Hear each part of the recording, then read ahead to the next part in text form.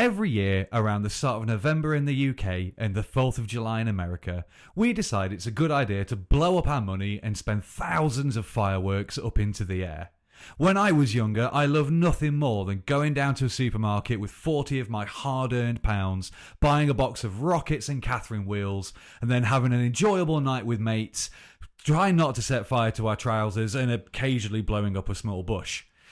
What never entered my head, though, was what we were doing to people nearby who had dogs. Fast forward more years than I'm going to admit to, and we now live with a dog, and at the foot of our garden there is a primary school that every year puts on a great big fireworks display. The first time we were here and this happened, Freddie was terrified. So that's what's inspired me to make this video, giving you 5 ways that we think you can help your dog get through a fireworks display. Stick around until the end. We've made a fireworks socialization video and we'll take you through how to use it later. Before we get into it though, my name is Matt. This is the School Doggery YouTube channel. Please come and find us on YouTube, Facebook, Instagram and TikTok, where we've got lots of helpful tips and advice on raising a puppy. We are at School Doggery everywhere. So I just want to address why fireworks scare dogs. There'll always be somebody who'll say they should be fine with it. We've worked with dogs for years in loud environments. They go on hunts with guns going off and all kinds of stuff.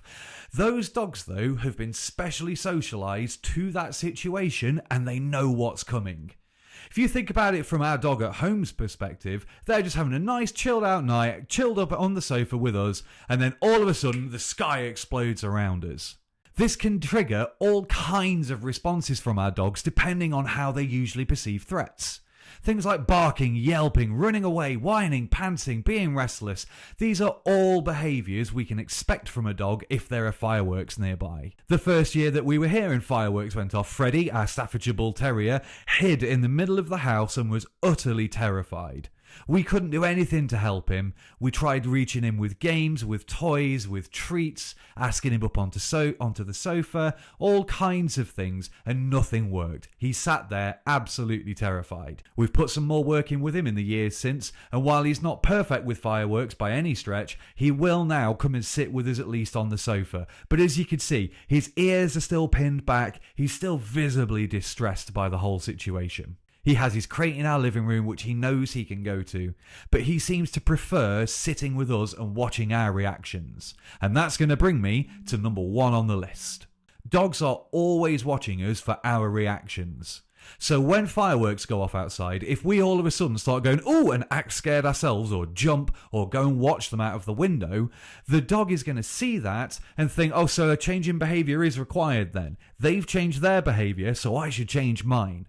So the first thing that we could try and do is to not react to fireworks going off. If you can model some calm but relaxed behaviour for your dog, they will pick up on that. They pick up on our body language and our signals. So if we keep a calm atmosphere in the house, we give them a better chance of staying calm themselves. So next we need to make sure that our dog has options on where they can go. If they feel trapped or if they feel that they can't get away or have no control over a situation, they may become prone to lashing out. Even a dog that has never lashed out before could be prone to doing it when they're scared. We make sure that Freddie's got his crate in our room with plenty of snuggly things in it that he can go and burrow under if he wants to, and we let him know that he can come up on the sofa again where we'll have cushions and blankets so that he could tuck up. He needs to be able to move from place to place freely and feel like he can at least try to do something about it rather than keeping him cooped up. This way it gives him just a little bit of control over the situation and helps him dissipate some of that nervous energy. Now the third thing that we can do is try to make sure that we walk our dogs before it gets dark. I know it may sound silly, but if we could get our dogs walked before the chances of fireworks go off, we have a much better chance of them not slipping off the lead and running away. Bonfire Night in the UK and 4th of July in America are when there are the most reports of dogs slipping their leads and running off. This is because of fireworks. It's because people still take their dogs for a walk even after dark, knowing that there could be a fireworks display nearby. So if we can get it done earlier, we reduce the chance of them running off. If there is a genuine reason that you have to walk your dog after dark, then please make sure that they've got a good collar on with a name tag, some contact information, and if they're microchipped, that their microchip is up to date. So number 4, some people swear by special firework blankets and thunder jackets that you could get for your dogs. Before we get too into this, if you want some advice on why I think getting dogs used to wearing clothes is actually a good thing, then come and check out this video here, which will be linked in the description box down below. These suits are often sold as thunder jackets, and they gently wrap your dog and give them a bit of pressure all over, which can calm dogs down. You will need to practice having your dog wear this though in the run-up.